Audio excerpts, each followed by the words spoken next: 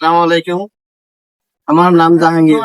আমি নাবিদখালী বটতলী সিনেমা বাজারের সামনে দোকান করি। তো দোকানের পাশাপাশি বন্ধু বান্ধব পরিচিত তার দ্বার নেই, দ্বারের বিনিময়ে তাদের হাতের মোবাইল আমার কাছে বন্ধক হিসাবে রাখে। তো পরে টাকা দিয়ে মোবাইল নিয়ে যায়।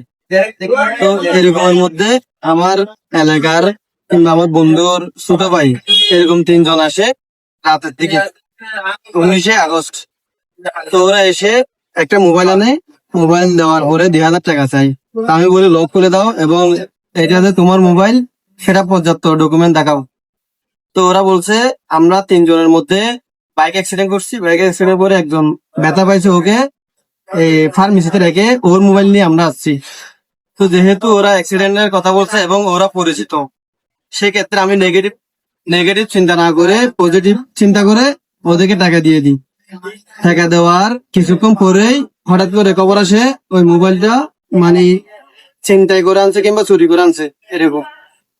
তো ওই মোবাইলের মালিক যখন আমার দোকানে আসে তখন আমি তৎক্ষণাৎ গিয়ে যাদের থেকে মোবাইল নিয়েছি তাদেরকে আমার দোকানে এনে বসা রাখছি। বসা রাখার পরে ওদের গার্জিয়ানদেরকে কল দিতে বলছি। কল ওদের গার্জিয়ান হিসাবে আপনার কোদাই বাড়ি থেকে বান্ডি মেম্বার এবং বেলালউদ্দিন উনি আসছে, আরো কয়েকজন আছে, সবার নাম জানি না। তো সেই ওর আসার সাথে সাথে ওই যাদেরকে আমি ধরে আনছি তাদেরকে আমরা আছি, তোমরা চলে যাও, আমরা শেষ করতেছি এরকম বলে তাদেরকে তারা দিছি। তারা দেওয়ার কিছুক্ষণ পরেই ওরা হঠাৎ করে আমার দিকে মানে ইয়া করতেছে। আমাদের 1 মাসের সাধনা, আমরা এরকম ওনাকে খুঁজতেছি, আমাদের এলাকা থেকে ছিনতাই চুরি হওয়া মোবাইল কোথায় হজম করতেছে এরকম বলে আমার উপরে অপবাদ দেয়। তো অনেক চিল্লা বলার পরে তখন বেলালউদ্দিন আমার কাছ থেকে ছাড়া চাই, মানে মেম্বারকে তাড়াই দিব, মেম্বার চলে যাবে, মেম্বারকে তুমি কিছু টাকা দাও। আমি বলি আমি তো সব লিগেল, আমি অপরিচিত কারো কাছ থেকে মোবাইল শুধু নি না, পরিচিত কিংবা এলাকার বন্ধু বান্ধব হলেই আমরা মোবাইলটা নিই, সবার থেকে মোবাইল নি না।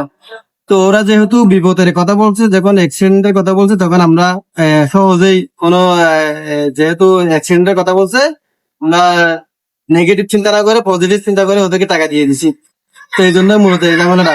তখন ওরা চলে যাওয়ার পরেই মেম্বার সারা দাবি করে, না হয় পুলিশ প্রশাসন আনবে এরকম বলে।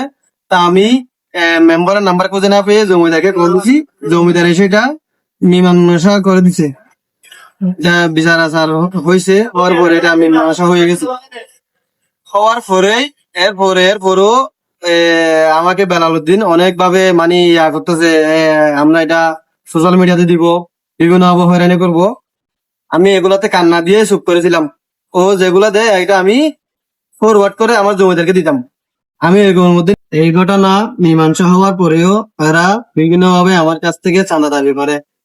চাঁদা না দেওয়াতে এরা ক্ষিপ্ত হয়ে আমার নামে বিভিন্ন চ্যানেল থেকে নিজের আইডি থেকে আমার দোকানে ভিডিও দিয়ে অপপ্রচার চালাচ্ছে।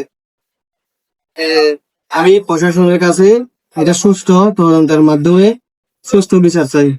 যদি এরা এগুলা বন্ধ না করে আমি আইনগত ব্যবস্থা নিব ওদের জন্য।